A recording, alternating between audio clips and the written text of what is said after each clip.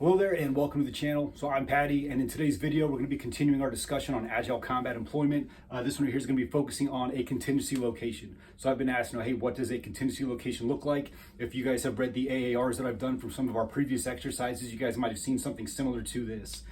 This airfield is entirely made up. This is Rohirrim County Airport. All right, just looks like just about any other civilian airport you might come across. So we'll be discussing where we're going to be parking our aircraft, where the fuel is going to be stored, where the bombs are going to be stored, and then we'll kind of go over some security things. Remember, for security forces, our primary goal is to make sure that this site right here is secured and that the pilots that are planning these missions don't end up getting us killed. So stick around.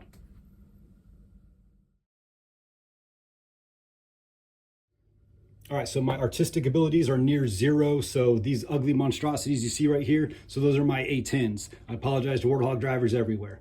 So this here is just kind of like our basic layout. So we have our runway, we have our taxiway, parking apron, we have a hangar over here, two buildings, parking lot, and we have a forested area off on this northwestern side.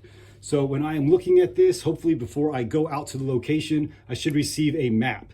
And on that map is where we'll start looking at, hey, where do I want to place my equipment? Where do I want to place my security? In a perfect scenario, looking at air-based defense, we want to have full 360 of this entire area. That's just not possible, not with the numbers that we have. So we really have to kind of pre-game this beforehand. All right, so during pre-mission planning, we identified that this hangar that's over here on the west-hand side, what we're going to do is we're actually going to place our fuel bladder inside there. So when that C-130 pulls up, start dropping us all off, we're going to unload and unpack the fuel bladder, and we'll run that hose from the C-130 over here and start filling it up, doing that wet wing defuel. Maybe the reason why we decided to place it inside the hangar is I want to be able to hide my assets from enemy air. So whether that be satellite, drone, enemy aircraft, we want to try to be able to hide all of our stuff that's out here. Over here on the side, these three little boxes that you see, so those are my bomb carts. So they've got, whatever. Maybe we got some Mavericks on there, some GBUs, what have you. So these things are over here, and they are on wheels. So when we know aircraft are coming down, the weapons guys will go ahead and stage these right here. If the aircraft are gone or we don't have any aircraft that are inbound, maybe I'm going to take these three carts. Maybe I'll try to pull them off over to this building, throw some camo netting over it. I probably don't want to stick my bomb carts inside with my fuel because if there does take any sort of enemy fire, I don't want to lose both of my assets. We're going to try to keep these right here separated as much as possible.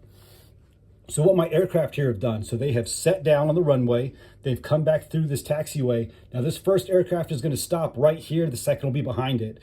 These three X's, those are my weapons troops. So they're going to go ahead, they're going to safe the guns, safe the munitions on this aircraft, and then they're going to turn it over to the crew chiefs. These two O's, those are my two crew chiefs, my POL troop. So that aircraft is going to pull in. These guys right here are going to start refueling this aircraft.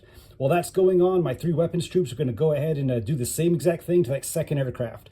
Once this one right here is safe, my three weapons troops will now come over here. Hopefully they'll grab the MOLT, and that is a manually operated lift trailer. All right, sorry, it's a mouthful. Rather than trying to drive the jammer, right? The MOLT's just a little bit easier to get on and off an aircraft. And they'll start grabbing these bombs, they'll start loading it. So once again, the ICT, Integrated Combat Turns, we are doing fuel and bombs at the same time. Once this aircraft right here is done, my weapons guys will go ahead and pull all the pins, make sure that this aircraft is ready to go and that it's ready to actually drop bombs and shoot the gun. The aircraft will pull off over here and wait. That second aircraft will come up. We're just going to do the exact same thing. Give it fuel, give it bombs, unsafe all of the munitions in the gun, and those two aircraft will then go ahead and take off whichever way they deem necessary. Once these aircraft are out of the way, that's when we'll go ahead and say, hey, we don't have any more aircraft coming down for a while. We'll take our bombs, get rid of those. We'll take all of our other items that we have, such as the hose and stuff from the fuel bladder, try to tuck that inside the hangar, and then where we're going to go, maybe we decide that we're going to hang out in this building, or maybe we decide we're going to go and hang out in the woods. All right, so when we are looking at site security, all right, so we've got to set up a defense when these aircraft are down because we don't want those things to get taken out by some enemy squad that's coming through. So we're going to take our guys that we have, we're going to try to distribute them as much as possible. Remember, we're probably only getting about 4 security forces members. So out over here, I have my 4 security forces members. And then these guys that you see here, those are going to end up being probably, I don't know, ammo or some other random career field that we don't really need out there, but the Air Force keeps giving them to us anyway. It is what it is. This member right here, this here's going to be my air traffic control person, all right? So my LZSO. Not only can they hold security, but hopefully they've got a pretty good view of the runway so they can actually talk to the aircraft and get those guys out of here. Off here into the woods, all right? Not only are these guys holding security and holding this area right up here, but those are my 2 comm guys. So they're giving us 2 comm guys. We're going to keep these guys way over here.